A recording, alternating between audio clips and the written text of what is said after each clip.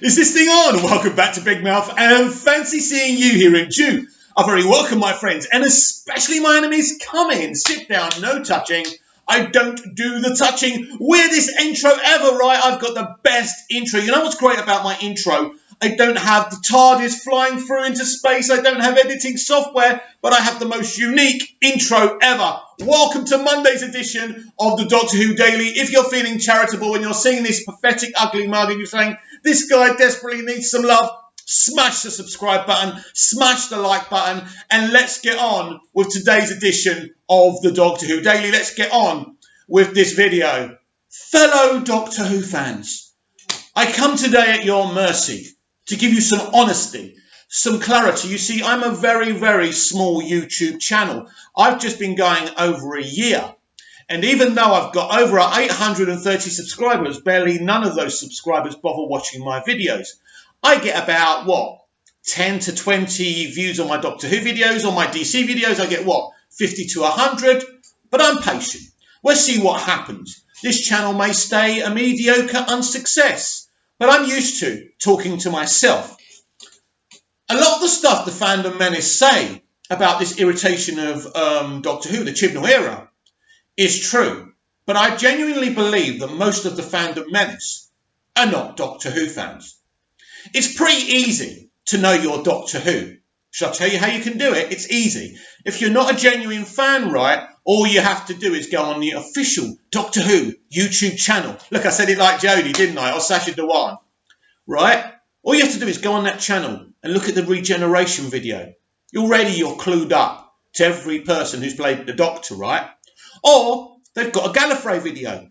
That takes, another half an hour? That's an hour of your time. Within 2 hours, if you watch videos from the official YouTube channel or follow other clued up Doctor Who fan YouTubers, right, you can definitely get clued up about Doctor Who. Now, an interesting thing happened to me yesterday on YouTube, not with my video, but I was watching the Who Addicts live ranking of the season 12 episodes. And I was watching it and I love the Who Addicts and I love all the big YouTube channels. I love Council of Geeks. He's a great lad as well. But I find ranking season 11 and season 12 very disingenuous. Obviously, if you're a big YouTuber, you're going to do it. It gets you views anyway. And, there's not much Doctor Who to talk about, not New Who. So basically, you're just going to kind of go over the same ground. Basically, you've reviewed every episode. Now, I think ranking other episodes from other seasons, going right back to an Unearthly Child in the first series with William Hartnell, is brilliant. But what's the point of ranking season 11? Shall I tell you how I would rank season 11? And I can't remember if I did it on my channel. Episode 1, Episode 2, Episode 3, and the finale. The rest are unforgettable dribble, right? We know that. Right, season 12. How do you rank season 12? If I had to, I would put Episode 5 right at the very top, The Fugitive of the Judoon. Then I'd go Spyfall Part 1 and 2. And then I would do the final 3 episodes, The Haunting of the Villa Diodati, and the 2-part finale, and that would be how I would rank it. I wouldn't bother with the other episodes. That would be disingenuous. What's the point in taking people's pieces of art and saying, I'm putting that bottom, didn't like that? Because we know Chibnall era Doctor Who looks absolutely beautiful. The production values are off the scale. In fact, he spends so much money on the show looking good, he can't do off-world stories on other planets. Now you know he's taken the choice to make the show look better in production values, but has decided not to go on other planets. That's because that's just too escapist, isn't it? And Chris Chibnall's all about politics, all about history. So the original idea for Doctor Who, we all know, was for it to be a historical educational show. I get it. But we're not in 1963 anymore, baby. And the RTD era and the Moffat era was still very educational, but that wasn't really their agenda because in 2005 and onwards, people ain't watching TV for that. People are watching to be excited and to be compelled and see characters reach out your screen, characters that you'll never forget. I'll never forget Eccleston's doctor, or Tennant's doctor, or Smith's doctor, or Capaldi's doctor, or McGann's doctor, or Davison's doctor, who was my first doctor. These are people I'll never forget. One of the big problems with the Chibnall era is when you start comparing it to the other eras, then you realise how drab, and lifeless Doctor Who has become. There's not really any character I can say, apart bar one, and we'll talk about him in a minute, that's actually, that Chibnall's actually made an effort into thawing out and, fleshing out the meat. And that's the Master. And we've spoken about this before.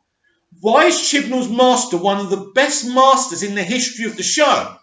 And Chibnall's Doctor, Jodie Whittaker, the 13th Doctor, has barely got a heartbeat.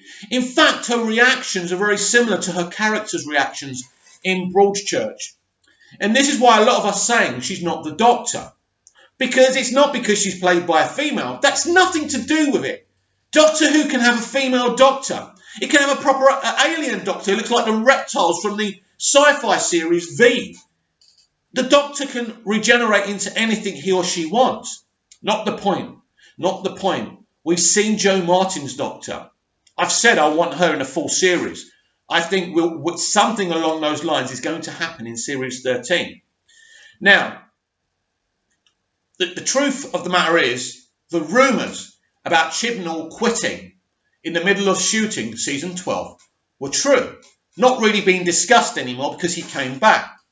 The BBC was not happy after Season 11. We've also discussed this before on my channel, but we need to discuss it again because this is the issue. And I want to bring all the issues of the fans, right, together and really discuss them. And I'm talking about real Doctor Who fans, people who came in for the first time to watch Christopher Eccleston's Doctor, people who, somehow tripped over William Hartnell's Doctor and were embraced by the show. I tripped over Tom Baker, falling from a great height, becoming Peter Davison, and I've been in love with this show ever since, on and off, admittedly, right? And I just don't understand. I just don't understand, and again, we've discussed this so many times, that he had such a selection of female artists to choose, and he chose his friend. Jodie Whittaker has given us a monologue many times of how it was really hard for her to audition, and she had to audition just as hard as anyone else. Guess what, everyone? Jodie Whittaker was the only one who auditioned for the 13th Doctor. That's true. No one else ever had the opportunity to become the 13th Doctor. Now, there are rumours that Chibnall went to other people and they turned it down. I don't know. His star, another star of Broadchurch who played Miller, I forgot her name now, really good actor. She's been on Doctor Who before, wasn't she? She was in the 11th Hour. I forgot her name, damn it. Really famous actor. But anyway, I think he went to her and she said no. Now, she would have been interesting. And at least she would have put some real Doctor qualities and characters within her performances. This is the problem with Jodie Whittaker. At no point consistently has she felt like the Doctor. And it is all about consistency in the narrative, isn't it? Chris Chibnall's era has never been consistent. So season 11 was mostly drab and uninteresting, and it blew the fire that we had in our hearts for this character and this show. Because apart from looking beautiful, having historical and political commentary, it wasn't really Doctor Who. When I say it wasn't really Doctor Who, it wasn't any idea I had of Doctor Who. And when you're taking over an iconic property, I understand it's hard to run iconic properties and characters like Doctor Who. There's always one out there that's going to go to you, yeah, but the Doctor would never do that while they're wearing their anorak.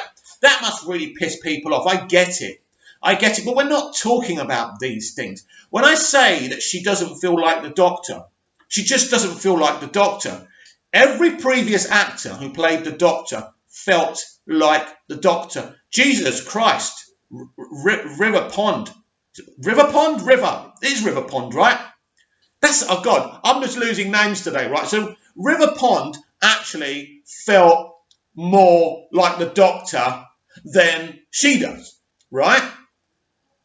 Now, what's been so important in the past with Doctor Who has been who is the companions and their dynamic and their relationships with the Doctor and their personalities. These companions don't really matter. If those companions weren't there, you wouldn't miss them because they haven't been developed.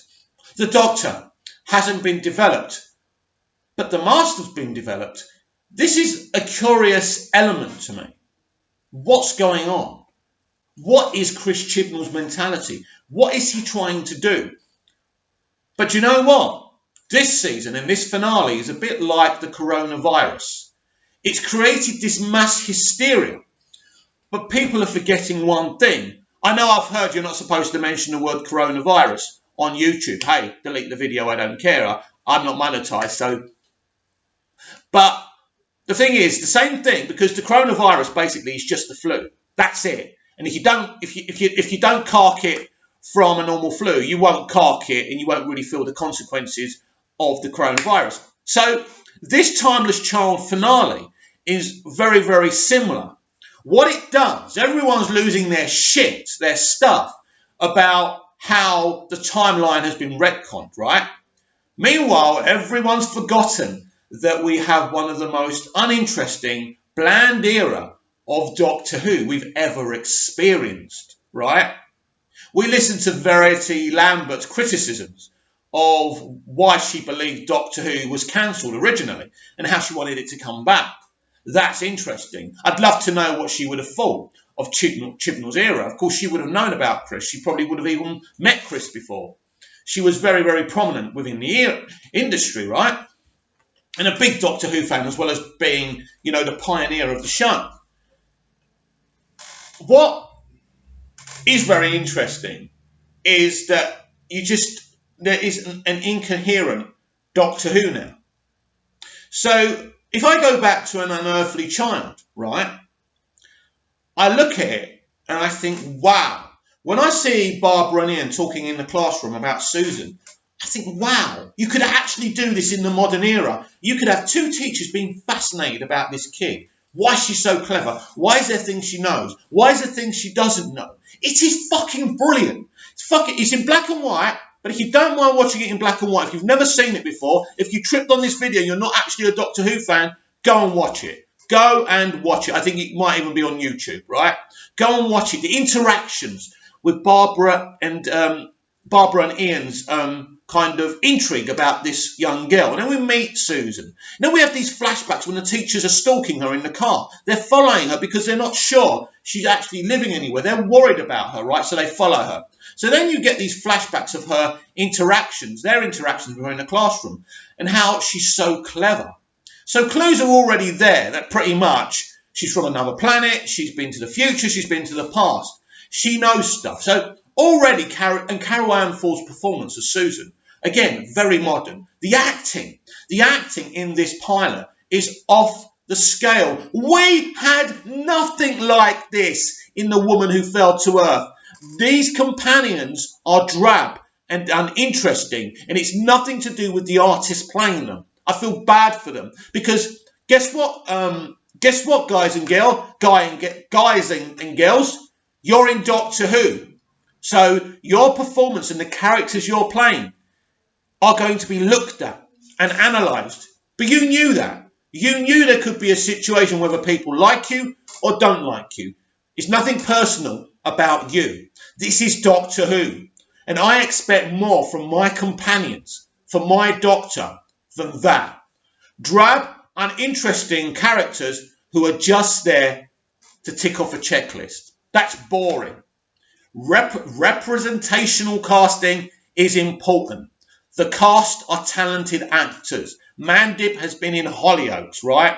Now, I don't know where the lad who plays Ryan's been before, but I think he's a good artist. And I think give him something interesting and you'll see something interesting. He's already been cast in an American TV series, right? A big one, right? About someone who's arrested for a crime they don't commit. Looking forward to seeing that. And Bradley Walsh already proved in Coronation Street and Law and Order UK that he's a fabulous artist. So the question of these people's talent isn't there. but Chris Chibnall just hasn't bothered to develop them because he has a female doctor. So in the past, Russell T Davies and Stephen Moffat really wanted the female companions to be prominent because they were representing women and they wanted them to be strong female characters. And that's fair enough and that's right and proper. But now, because we've got a female doctor, he feels he doesn't have to bother to do that. But guess what? He hasn't even developed his doctor. Her mannerisms. She just doesn't feel like a unique version of the Doctor, like a character that I'm interested in. That's the problem. Is that a problem with Jodie Whittaker, or is it a problem with kind of the material she's been given, or the lack of material she's been given? In the end of episode 2 of Spyfall, she saw Gallifrey destroyed. Compelling. Her performance was fine. She still didn't feel like the Doctor, but her performances have always been good, right? Compelling. In episode 5, The Fugitive of the Judoon, she was again given a massive arc, a bigger arc than anyone has ever been given in the revival, right? And they've been given some great stuff. Again, so compelling. This is stuff that should have ingratiated and shaped this Doctor to be one of our favourite irritations. And it didn't. And then in the finale, she finds out that everything she knows is wrong, that she's not the smartest person in the room, that she was lied to, she was used, she was experimented on. This is a compelling revelation, whether you like what you saw or not. Compelling. Great stuff from Chris Chibnall. But still, she doesn't feel like the Doctor. So if she doesn't feel like the Doctor after all that, how is she ever going to feel like the Doctor? This is the real problem, not the hysteria behind the actual arc and the reveal of the Timeless Child. That's great stuff. That's great legacy. That's great fleshing out of the Doctor Who origins. I know some people reject it, and that's perfectly fine. But I liked it. And with another Doctor, this is one thing I was thinking the other day, imagining this revelation with Eccleston or Tennant or Capaldi or Smith. How powerful would that have been? Very powerful. But although the arcs of Ruth and the Timeless Child and this brilliant version of the Master would have helped to shape any other new Doctor as one of the best Doctors, it hasn't done with Jodie Whittaker because she hasn't changed since The Woman Who Fell to Earth. Although in The Woman Who Fell to Earth, I still feel she was more of the Doctor in that episode than she ever has been since. The mentality in the writing and the way they get her to perform and act her character has changed since then. Again, I don't understand. These are the problems with the Chibnall irritation of Doctor Who. The BBC knew this after season 11, and after he threatened to quit, they came to a compromise that he at least would bring back the Cybermen and bring back the Master. Because they felt, and we felt, there was nothing to say this was Doctor Who apart from the TARDIS. So he did. He gave us a great Master, a great Master. He gave us a great arc. He brought back the Cybermen. The Lone Cyberman is one of the great concepts of the Cybermen I've ever seen in Doctor Who. It might even be the best. They're hard characters to make interesting. But what does he do? He kills the most interesting Cyberman we've ever seen off very quickly in the conclusion of his finale. I hope there's a way to bring him back, so I don't get why you would get rid of the most interesting aspect of the Cybermen of all time. So this is what I mean about inconsistencies. So while you're making videos and reacting to this whole Timeless Child arc, you're being distracted. You're being distracted and you're being involved in the hysteria. Don't get involved with the Fandom Menace's agenda. The Fandom Menace are just Trump supporters who only want men and white people to be on their TV shows and movies. Yes, they say that's not their aim, but it is. They don't want to solve an argument. I understand that because of the election of Trump, and I'm not a fan of his, by the way, just making that clear, so nobody gets confused where I stand, I understand that the entertainment industry has gone mad and there's so much alt-left alt-left agenda, alt-left feminism being forced in to our TV and entertainment. That's why I say some of what the fandom menace say is right, but they are not part of the solution because they don't want a solution. They just want to create an argument and keep an argument. They are now saying they refuse to hashtag Doctor Who on Twitter because it goes down as engagement. So every time I see their post, I'm going to quote tweet them with hashtag Doctor Who. Because even though I've brought up all these underlining issues of the Chibnall era, I stand firm that I will continue to support Doctor Who because I'm a Doctor Who fan and I believe we can get through this era and then someone else can come in, right, and really do something special. I believe massive elements of the Moffat era were brilliant. There were issues, of course there were. I believe what Russell T Davies did was amazing. He's the one who grabbed this and brought it kicking and screaming into the 21st century. What he did was amazing. You see, I can sit here and have my Blu-rays and DVDs and my models at the back and pretend I'm the best Doctor Who fan ever. I can just sit here and pretend I don't have any issues with the Chibnall era. But I would be a liar. I would be manipulating the innocent. Who's the innocent, Mick? Well, you, the viewer.